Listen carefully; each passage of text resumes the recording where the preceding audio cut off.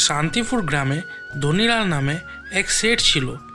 তার কাছে কোনো চাকর বেশি দিন কাজ করতে পারতো না। তার কারণ ছিল, তাকে কাজ দেওয়ার আগে শেঠ নিজের 3টি শর্ত তাদের সামনে রাখতো। তাই কোনো চাকরি সেই শর্তগুলো বজায় রাখতে না পেরে কাজ ছেড়ে চলে যেত।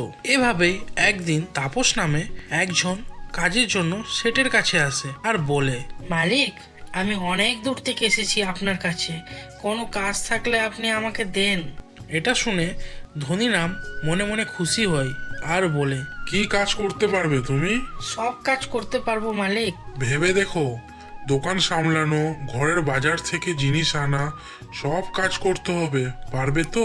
হ্যাঁ মালিক, আমি পারবো, শুধু আপনি আমাকে কাজে রাখেন। কাজে তো তোমাকে রেখেই নিব, কিন্তু তার আগে তোমাকে আমার 3টে শর্ত মানতে হবে। কি কি শর্ত মালিক? তোমাকে আমি যখন ইচ্ছা যেটা কাজ করাতে পারি, দিন হোক বা রাত, তোমাকে করতে হবে। দ্বিতীয় শর্ত হলো, পুরো দিনে তুমি একবার খেতে পাবে। আর তৃতীয় শর্ত হলো, যদি তুমি নিজে থেকে কাজ ছেড়ে যাও, তাহলে তোমাকে পুরো 1 বছরের বেতন আমাকে দিতে হবে। তাপসের কাজের খুব প্রয়োজন ছিল, তাই সে কিছু না ভেবেই কাজের জন্য হাঁ বলে দেয়। ধনীরাম তাপসকে দিয়ে অনেক কাজ করাতো আর তার পরিবর্তে মাত্র তাকে একটা রুটি একবেলায় খাবার দিত। কিন্তু এভাবেই তাপস দুর্বল হতে লাগে। সে চাইলেও কাজ ছাড়তে পারতো না, কারণ সে যদি নিজে থেকে কাজ ছাড়তো তাহলে ধনীরামের শর্ত অনুযায়ী তাকে 1 বছরের বেতন তাকে সম্পূর্ণ দিতে হতো। তাপস, এই নাও তোমার খাবার। তাপস দুঃখী হয়ে বলে, মালকিন, এত কাজ করানোর পরও একটা রুটি শুধু, এতে পেট ভরে নাকি? কেন রে তাপস, দিনমান তুই এমন কি বা কাজ করিস যে তোকে চিকেন লেগ পিস খাওয়াতে হবে? এখানে কাজ করতে হলে এগুলোই খেয়ে থাকতে হবে তোকে।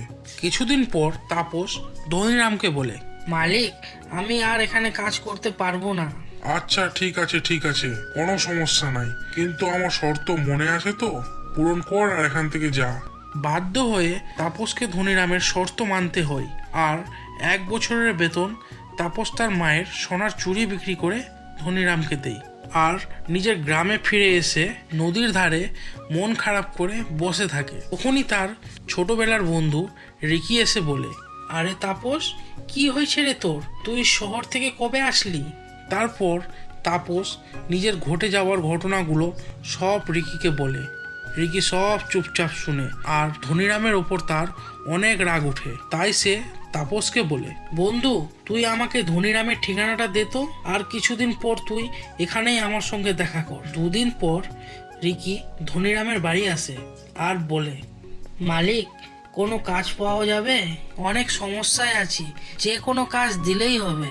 তখনই ধনীরাম সেই 3টি শর্ত রিকিকে বলে, মালিক, আমি আপনার 3টি শর্ত মেনে নেব, কিন্তু আপনাকেও আমার একটি শর্ত মানতে হবে। কি শর্ত তোমার, বলো।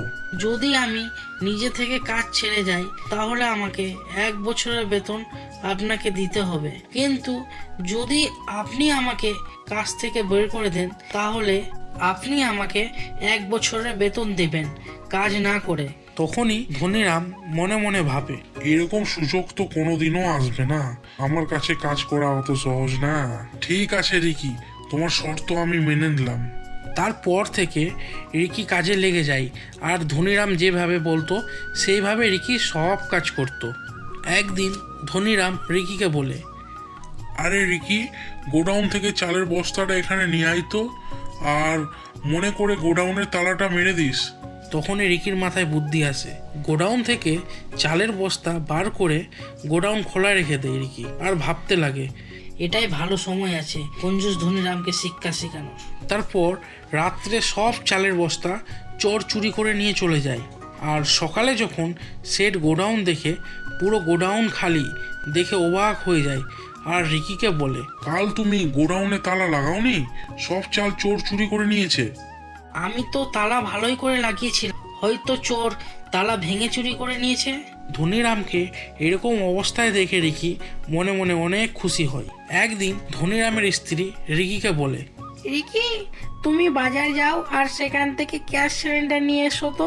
তখনই রিকি গ্যাস সিলিন্ডার নিতে যায় বাজার। আর কিছুক্ষণ পর বাজার থেকে গ্যাস সিলিন্ডার নিয়ে এসে ধনীরামের বউকে বলে, মালকিন, এটা কোথায় রাখবো? ধনীরামের বউয়ের মাথা অনেক গরম ছিল, তাই সে বলে, কোথায় রাখবি আবার? আমার মাথার উপর রাখ। ঠিক আছে। আই রে, আমি মরে গেলাম, আমার মাথা ফেটে গেল।